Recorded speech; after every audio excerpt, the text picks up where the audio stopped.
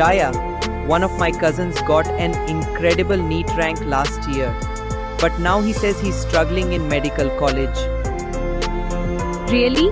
I thought students who top NEET automatically become the best medical students. Not always.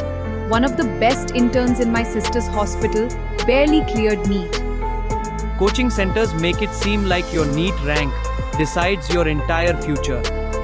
But MBBS seems very different from solving multiple choice questions all day. Maybe that's the real question. Does success in NEET actually predict success in medicine? Welcome back to our examination of this test that determines the trajectories of 22 lakh careers.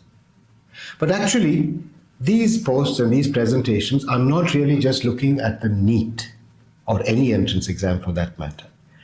What we're trying to really delve into is what are the forces that drive our choices? And we're using the NEET as a background to examine ourselves. The question that we're asking in this post is NEET toppers versus good doctors. NEET or Untidy? Does doing well in the NEET examination guarantee success in medical courses such as the MBBS? That's the question we're trying to look at. Now, when we look at this carefully, surprisingly, the answer to this question is not necessarily. Both educators and medical students point out that the skills required to clear the NEET are often very different from the skills needed to succeed in medicine and associated courses. So let's look at this question in a little more detail. Different exams obviously require different skills. The NEET is designed to measure rapid recall, speed and accuracy, competitive test taking, and performing under pressure. The NEET is what psychometricians would describe as a speed test. It tests for speed and accuracy.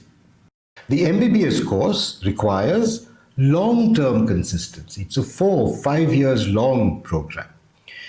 It's based on the learning of the skills for clinical reasoning. The learning is through practice, so practical learning is critical. It requires the ability for empathic communication. It requires emotional resilience. And at the heart of it, a medical course requires the ability to work with real human beings. And this brings us to another phenomenon. That is when toppers begin to struggle. How does this happen? Many students enter the MBBS course after years of coaching, intense pressure, comparison, continuously being compared with others, relentless preparation, and some students experience what we could refer to as topper burnout. The intense, short-term performance study style works for exams like the NEET.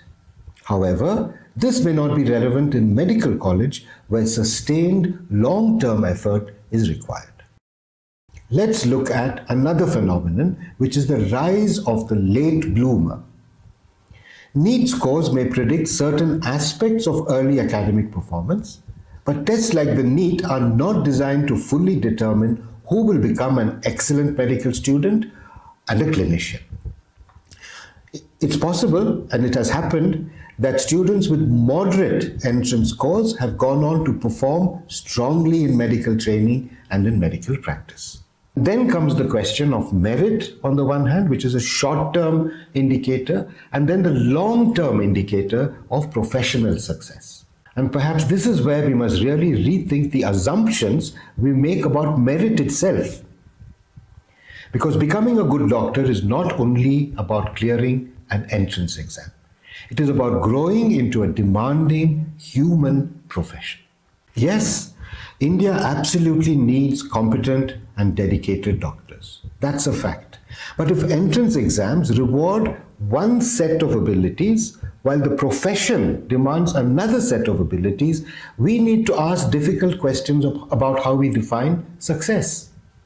Because a great NEET score does not automatically indicate that that person will become a fantastic doctor. It's vital, therefore, that we move beyond entrance exams. Jiva encourages students to discover their potentials. Remember Panchaloka.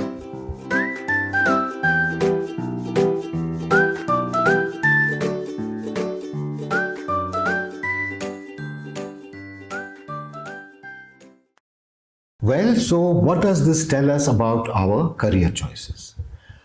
Point number one, most important, don't let an exam define who you are. Choose an exam that aligns with your strengths and your potentials. The goal is not to fit yourself into an exam, but to choose an exam that fits your potential. Stay with us as we continue to understand NEET or Untidy, or looking at it from another viewpoint, NEET